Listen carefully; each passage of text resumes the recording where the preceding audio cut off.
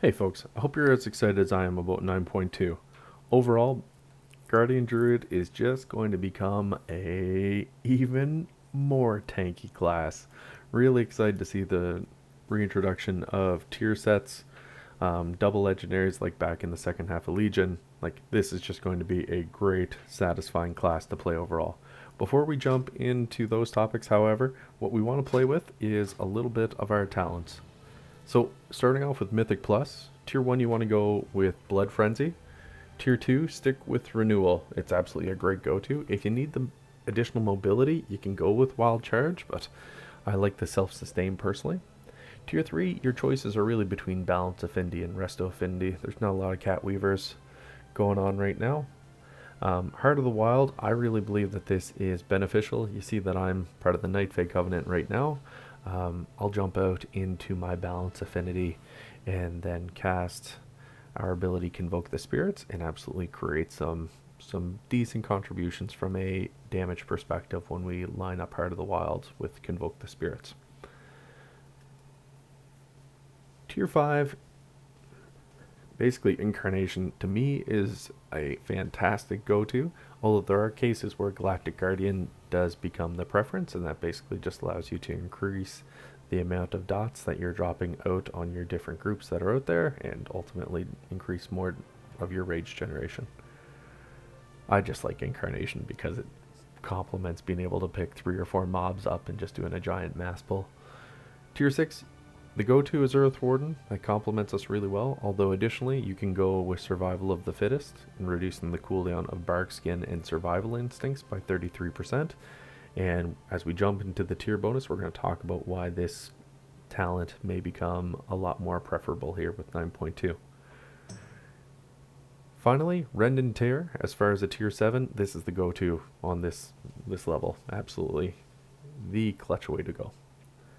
Now, just switching over from a raid build, you've got a couple different choices now. You can stick with Blood Frenzy in tier 1, or alternatively, you can go with Brambles, which just gives you some beneficial passive damage. Real easy way to go. Tier 2 again is your Renewal or Wild Charge. I keep Renewal personally. Tier 3, any of the 3 different affinities are preferable. You do see a little bit more of a Feral affinity. It just kind of complements us from not only a mobility perspective, because we tanks are always a little slow, but also allows us when we're off tanking to produce a little bit more consistent damage. Finally, Tier 4, Heart of the Wild, no change there. Tier 5, you're sticking with Incarn. You definitely don't want to go with Galactic Guardian in that case, because there's only one group that you'll really be attacking in 95% of the cases in raiding. Tier 6, your choices again are between Earth Warden and Survival of the Fittest. Survival of the Fittest is going to get more play. And then finally, Rend and Tear. This is overall my recommended defensive rating set. If you want to go with more of an offensive approach, definitely go with Brambles. Ignore Resto completely, and it's really just between Balance and Feral. Go with Heart of the Wild. And then if you're really just focused less on survivability, if you're not doing progression and more on just damage, then you can incorporate some more Galactic Guardian, and then you can go strictly Survival of the Fittest. So this is what the overall offensive build would look like if you're looking to maximize your DPS in raiding. So keep that in mind for the most part. Now, on to the fun stuff. Let's start with the tier bonuses that are rolling down. If you're less familiar, Eternity's End, which is the new raid in 9.2, we're going to start to see a little bit more fun content rollout of our raid. So again, we're going to start to see tier sets, and you basically, how they work, you collect 2 of the 5 pieces and you get a bonus effectively depending on what your spec is. For us, the 2-piece bonus gives you Architect's Design, and that allows you basically every time that you cast Bark Skin, it causes you to Berserk for 4 seconds.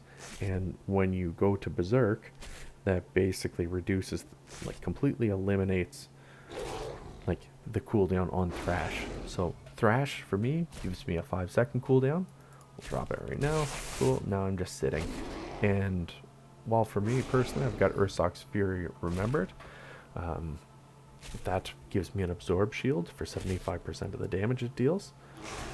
Basically, we're stuck on a 5-second cooldown trying to get that, and this is one of our best rage generators, or threat generators. So what we want to do is be able to pick up on this as much as possible, as we're able to get more thrash through. Not only does our absorb shield get much greater, like in the range of like 20,000 right now, we're going to see something else happen here really quick. Basically, we're able to maintain aggro a whole lot easier, so those pesky classes like warrior and red paladin stop being such a headache like they typically are, and that'll be great, don't get me wrong, but basically having the increased damage that comes with 4 seconds of berserk will also really kind of complement us from a survivability perspective, as we'll be able to get off more casts of Iron Fur as well as frenzied regeneration. So that's going to be great. I'm really looking forward to it. Now when we talk about the 4-set or the 4-piece Architect's Aligner bonus, basically when you do cast Berserk, during Berserk you radiate additional cosmic damage to nearby enemies and heal yourself every 1 second. So basically 25% of your attack power, or 26% of your attack power, will slowly drop extra damage on your opponent.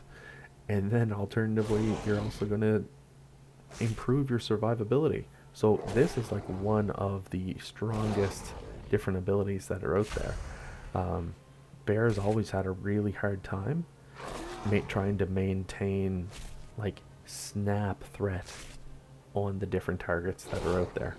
So being able to spam Thrash not only is going to work really well with Ursoc's Fury, but it's going to be able to like support your overall group survivability. So it's going to be really, really satisfying. I'm really excited to where it goes, as well as turning Barkskin into a pulsing AoE attack. This is going to be great.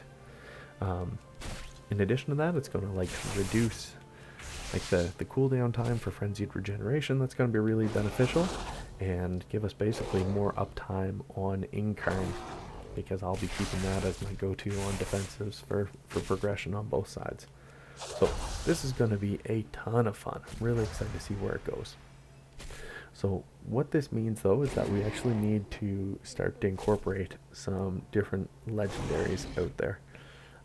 We do know that with 9.2 we will start to see a couple things really quick. We can get the benefit of this double legendary, but now we've got some choices. You can go with Legacy of the Sleeper and Draught of Deep Focus, or Legacy of the Sleeper and Ursoc's Fury Remembered, which gives you like a great defensive AoE approach with Bear. Then Natural Order's Will. Basically they're all going to complement really well. So Legacy of the Sleeper is going to be just a fantastic go-to. We do see it. We kind of seen it with the different classes that are out there. Well, overall we don't see a lot of change between one Covenant and the other, but being able to take advantage of Legacy of the Sleeper is going to make a massive difference here. So in Mythic Plus, Legacy of the Sleeper and Ursoc's Fury Remembered. In rating, it's going to be Legacy of the Sleeper and then either Ursoc's Fury, Draught of Deep Focus, or the Natural Order's Will. So tons of survivability on the plate. Bear's going to be in a great spot.